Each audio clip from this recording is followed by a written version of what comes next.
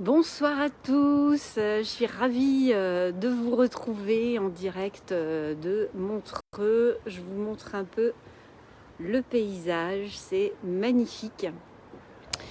De rendez-vous pour ce défi live, un live par jour pour partager des prises de conscience, mes prises de conscience du jour, du moment. Et pour ceux qui ne me connaissent pas, je suis Julie Girard, coach d'affaires, qui considère l'entreprise comme un véhicule d'épanouissement pour la qualité de vie du dirigeant et des équipes. Alors comme je l'ai évoqué, en ce moment je suis en formation de coaching, donc avec Max Piccinini, formation de coaching que j'ai faite en début d'année, donc je la recommence, je re-signe, coucou Afida, oui.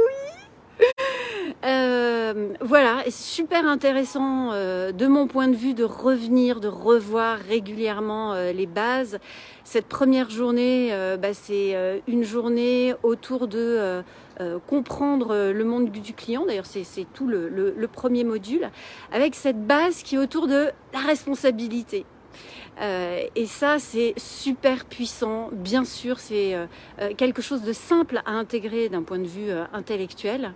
Ce que j'aime beaucoup, c'est redonner la puissance, le pouvoir à chacun, en partant du principe qu'on est 100% des résultats que l'on a. Donc, c'est-à-dire que si aujourd'hui dans le business, dans le couple, dans son évolution personnelle, eh bien, je ne suis pas satisfait, qu'est-ce qui fait que je ne suis pas satisfait? Et qu'est-ce que je peux mettre en place comme action par rapport à ça? Alors avant d'aller aux actions, parce que ça c'est un peu ma spécificité de foncer aux actions, c'est déjà d'aller identifier effectivement mes pensées. Qu'est-ce que je me raconte? Quelle est la petite histoire que je me raconte? Quel est le schéma ou pattern dans lequel je suis et qui bien souvent est le fruit finalement d'un ancrage familial, sociétal, et moi qui le sais en tant que ancienne instite, bien souvent l'enseignant ou le mentor, je le vois aussi avec les mentors sportifs de mon fils, passent des messages qui peuvent justement impacter, qui peuvent paraître parfois anodins, mais fortement impacter, je dirais, l'estime et l'estime de l'individu. Donc ça, c'était super intéressant aujourd'hui dans plein de situations différentes. C'est ça qui est super puissant, que ce soit dans les formations ou dans les approches en groupe. Quand il y en a un qui est coaché, bien sûr, c'est tout le monde qui est coaché. Parce que du coup, c'est la puissance de l'effet miroir et on a tous en fait les mêmes sujets, les mêmes problématiques qui sont la peur de ne pas être aimé ou la peur de ne pas être assez. Voilà, donc tous ces éléments hyper forts, moi ça m'a replongé notamment ces derniers temps dans ma relation avec ma fille, où je m'apercevais qu'en fait je pouvais avoir, alors sur les exemples, par exemple le moment du coucher, qui est un moment chez nous qui est assez sacré, puisque c'est un moment où on se retrouve tous ensemble.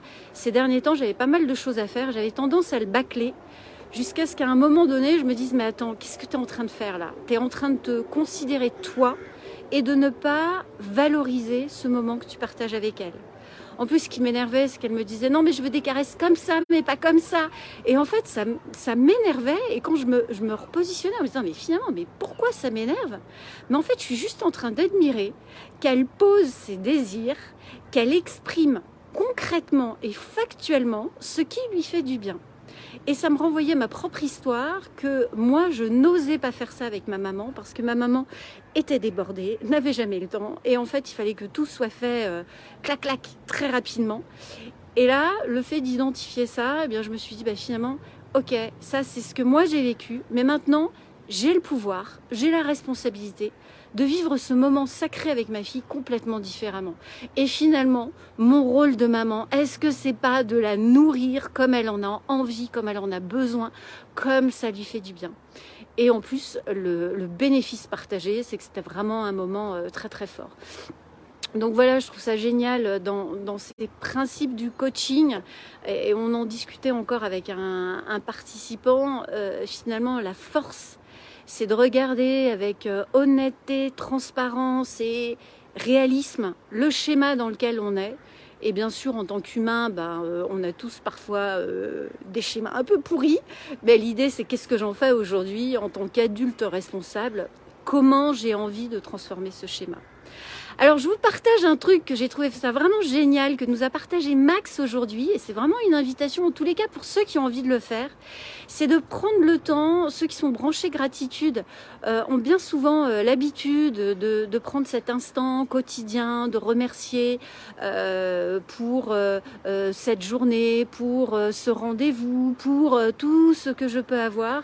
Mais bien souvent, dans la gratitude, il y a un deuxième point qui est la gratitude envers soi-même, et qui me semble juste hyper important parce que ça nourrit l'estime de soi. Et donc la proposition de Max que je vous renvoie et qui je trouve super puissante, c'est de prendre quotidiennement le temps d'émettre de la gratitude vis-à-vis de soi. Voilà, de se reconnaître aujourd'hui dans le dépassement, le chemin que j'ai fait, pas se focaliser sur le résultat que j'aurais aimé, mais savourer ces petits pas, ces petits chemins pour se nourrir et finalement devenir autonome et responsable dans sa progression.